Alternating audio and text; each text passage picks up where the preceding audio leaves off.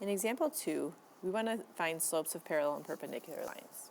So if I give you the line 9x plus 7y equal to 8, we want to find the slope of the line that would be perpendicular to this line, and we want to find the slope of the line that would be parallel to this line. So to do that, we need to know the slope of this line. In order to find the slope of that line, we need to put it in slope-intercept form, which means we have to solve for y.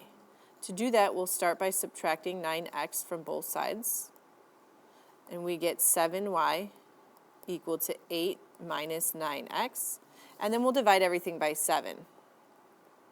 And when we do that, we get y equals 8 over 7 minus 9 over 7x. And the important part here is that we realize the slope is this negative 9 over 7 of that line.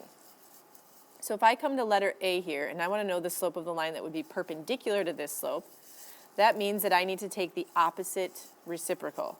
So taking the opposite of this slope means I would have a positive, and then taking the reciprocal means I'm going to flip it around. So that I could say that my line that's perpendicular to that would have a slope of positive 7 over 9. If I want to find the slope that's parallel to this line, parallel lines have the same slope.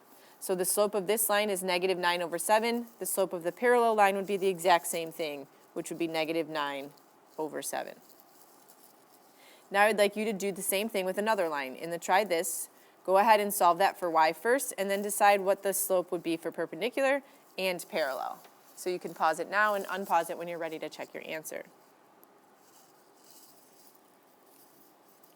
If you did the try this correctly, when you solved for y, you should have gotten y equal to negative 3 plus 5 over 8 times x, which means the slope of the perpendicular line would be negative 8 over 5, and the parallel would be the same, which was 5 over 8.